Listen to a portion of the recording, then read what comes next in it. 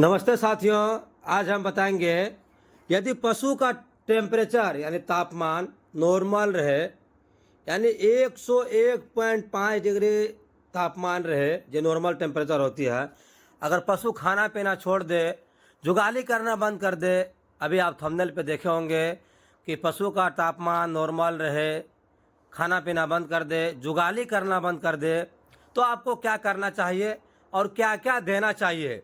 किस कारणवश पशु का टेम्परेचर नॉर्मल रहने पर खाना पीना छोड़ देती है, तो हम आपको बताएंगे कि सबसे पहले कारण बता रहे हैं कि पशु का नॉर्मल टेम्परेचर का रहना, जैसे कि फास्फोरस की कमी हो जाता है, कैल्शियम की कमी हो जाता है, मैग्नीशियम की कमी हो जाता है।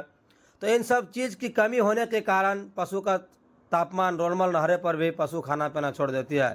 देखिए, हमारे साथ जो प्रैक्टिशनर भाई है वो बुखार की जांच कर रहे हैं, कहीं बुखार तो नहीं है, लेकिन इसका टेम्परेचर समान आया है, नॉर्मल आया है। यानी गाय और भैंस के नॉर्मल टेम्परेचर 101.5 डिग्री फ़ारेनहाइट होती है। आपको ये भी पता होना चाहिए। तो यदि पशु का टेम्परेचर नॉर्मल रहे, खाना पीना बंद कर दे, जुगाली करना बंद कर दे, तो आपको इंजेक्शन के रूप में क्या देना चाहिए, साइड थेरेपी के रूप में क्या देना चाहिए, और आपको रूमेन की जांच करना ज़रूरी होता है। यानी इस केस में आप रूमेन की जांच कर सकते हैं। देखिए, हमारे साथ जो प्रैक्टिशनर भाई है ये रूमेन की गति जांच कर रहे हैं। यानी 2 मिनट में रूमेन 3 बार धक्का मारती है, यानी मूवमेंट करती है। इसका गोबर भी हम आपको दिखा रहे हैं, आप गोबर भी देख सकते हैं कि गोबर भी इसका ठीक ठाक है, फिर भी खाना पीना बंद कर दी है। तो ऐसा स्थिति आपको बहुत ज़्यादा मिलेगी। ये कहने के लिए छोटा बीमारी है, परंतु बहुत बड़ा बीमारी है। आखिर पशु खाना नहीं खाएगी तो पशु जीवित कैसे रहेगी, दूध कैसे देगी, पशुपालक खुश नहीं हो पाएंगे। तो इस चीज़ को आपको ध्यान में रखते हुए यानी पशु को क्या क्या देना चाहिए। हम तो यहाँ सलाइन का प्रयोग किए हैं, यानी सलाइन के साथ ही जो इंटरलाइट पानी आती है, सलाइन आती है, उसके साथ ही हम इंजेक्शन का प्रयोग किए हैं। आप ऐसे भी इंजेक्शन का प्रयोग कर सकते हैं।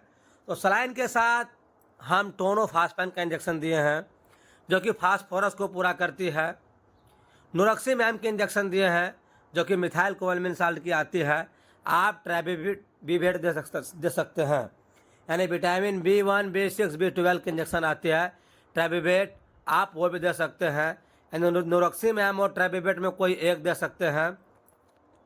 बी कॉम्प्लेक्स की इंजेक्शन आप इंट्रामस्कुलर लगा सकते हैं जो कि बेलामाइल की आती है। CPM लगा सकते हैं जिसको जीड बोलते हैं, वो इंट्रामस्कुलर लगा सकते हैं। तो सलाइन के साथ आपको टोनोफास्पेन का इंजेक्शन प्रयोग करना है, नोरोक्सीम का इंजेक्शन का प्रयोग करना है, कैलवेट के इंजेक्शन आती है उसका प्रयोग करना है।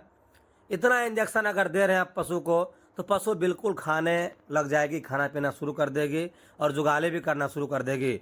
यानी इंजेक्शन के रूप में कैलवेट हो गया, नोरोक्सीमैम हो गया, टोनोफास्पेन हो गया, CPM और बी कॉम्प्लेक्स दोनों को मिलाकर आप इंट्रामस्कुलर लगा सकते हैं।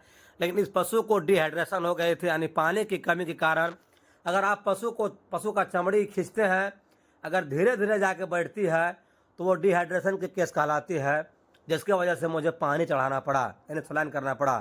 तो हमने सलाइन के साथ नोरोक्सीमैम, टोनोफास्पेन, कैलवेट इंजेक्शन का प्रयोग किया। आयरन के लिए इन्फेरन आती है वो भी प्रयोग किया। तो आप भी इन सब चीज़ का प्रयोग कर सकते हैं। और साइड थेरेपी के रूप में से आप रूचा जाइम की पाउडर आती है, एक रूचा मैक्स आती है, एक रूचा जाइम आती है, आप वो दे सकते हैं। बोलस के रूप में बायोबूस्ट आती है, बोविरम आती है, इकोटास आती है, रूमेंटास आती है। आप इन सब में से कोई एक दवा का प्रयोग कर सकते हैं। ये सब भूख बढ़ाने की दवा है। भूख बढ़ाने की चटनी आती है, आप वो भी दे सकते हैं।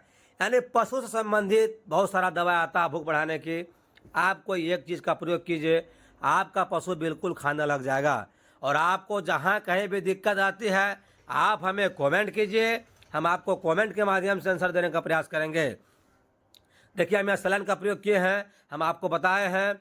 और सलाइन में रिंगर लैक्टेट आती है, नॉर्मल सलाइन आती है, DNS आती है, इंटालाइट आती है, जो कि RL जो आती है, रिंगर लैक्टेट, NS आती है। सो ह्यूमन में भी यूज़ किया जाता है, आप पशु में भी यूज़ कर सकते हैं। तो आपको उसी तरह यूज़ करना है और पशु बिल्कुल खाने लग जाएगी, खाएगी भी खाना। तो आपको जो केस का प्रैक्टिकल वीडियो चाहिए आप हमें कमेंट कीजिए, हम उस केस के बारे में वीडियो लेकर आएंगे। और आपको जहाँ कहीं भी दिक्कत है आप हमें कमेंट कीजिए, हम आपको कमेंट के माध्यम से बताने का प्रयास करेंगे। इसी तरह हमारे हर एक वीडियो को देखिए, चैनल को सब्सक्राइब कीजिए, लाइक कीजिए, शेयर कीजिए। धन्यवाद।